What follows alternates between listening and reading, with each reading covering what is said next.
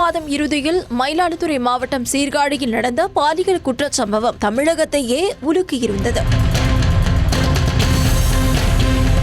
3.5 வயது சிறுமிக்கு அவரது பெரியப்பா மகனான 16 வயது சிறுவன் பாலியல் தொல்லை கொடுத்ததாகவும் அப்போது சிறுமி கூச்சலிட்டதால் அவரை கல்லால் தாக்கியதாகவும் செய்திகள் வெளியாகின. பாலியல் தொல்லைக்கு உள்ளான சிறுமியோ முகத்தில் ரத்தம் சொட்ட சொட்ட மருத்துவமனையில் சிகிச்சைக்காக அனுமதிக்கப்பட குற்றஞ்சாட்டப்பட்ட 16 வயது சிறுவனோ போக்சோ வழக்கில் கைதானான். முக்கியமாக இந்த சம்பவம் குறித்து மயிலாடுதுறை மாவட்ட ஆட்சியர் மகாபாரதி பேசியதும் கடும் சர்ச்சையை ஏற்படுத்தியிருந்தது.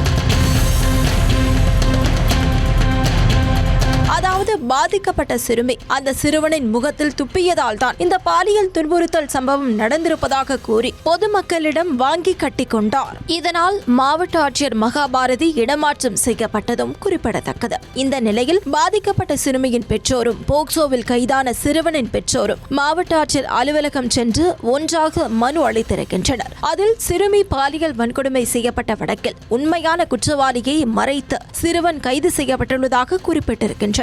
முக்கியமாக அங்கன்வாடி ஆசிரியர், சத்துணவு அமைப்பாளர் இருவரையும் சரியாக விசாரணை செய்யவில்லை என அவர்கள் கூறியுள்ளது பரபரப்பை ஏற்படுத்தியுள்ளது. அதாவது சம்பவத்தன்று சிறுமியை வழக்கம் போல அங்கன்வாடி ஆசிரியர் தான் அழைத்துச் சென்றதாகவும் மதியம் 12 மணிக்கு வழக்கில் சம்பந்தப்பட்ட சிறுவனிடம் சென்று உனது தங்கையை காணவில்லை, தேடி பார்க்க வேண்டும் என அந்த ஆசிரியர் தான் அழைத்துச் சென்றதாகவும் கூறியிருக்கின்றனர்.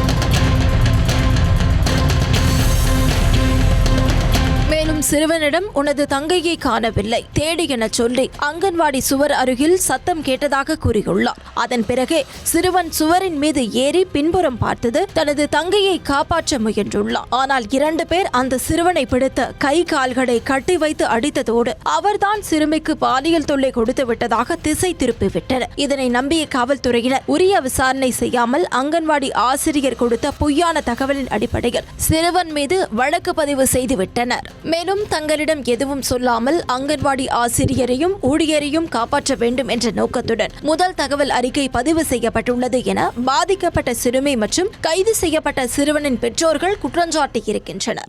இவங்க 2 பேரும் அதை பாருங்க, அண்ணன் தம்பி.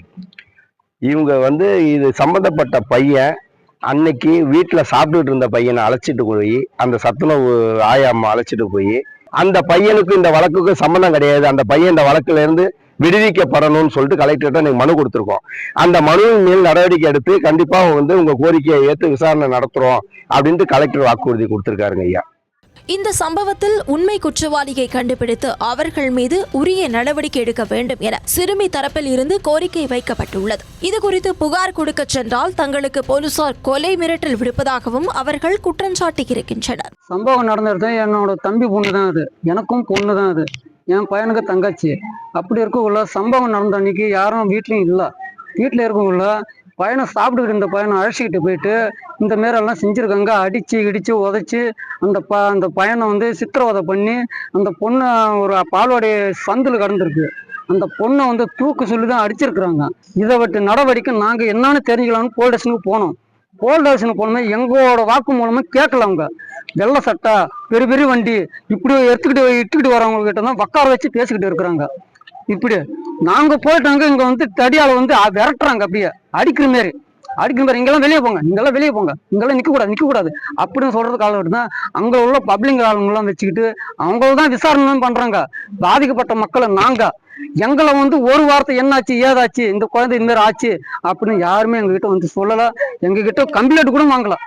ஆனால் இது பற்றி விளக்கம் அளித்துள்ள காவல்துறையோ சிறுமியின் தாயார் அளித்த புகாரின் பேரில்தான் சிறுவன் கைது செய்யப்பட்டதாக தெரிவித்துள்ளனர். பாதிக்கப்பட்ட சிறுமியின் பெற்றோரும் கைதான சிறுவனின் பெற்றோரும் ஒரே மாதிரியான தகவலை சொல்ல உண்மையான குற்றவாளி யார் என்பது புரியாத புதிராகவே உள்ளது. இந்த விவகாரத்தில் போலீசார் இன்னும் தீவிரமான விசாரணை நடத்த வேண்டும் என்பதே அப்பகுதி மக்களின் கோரிக்கையாக உள்ளது.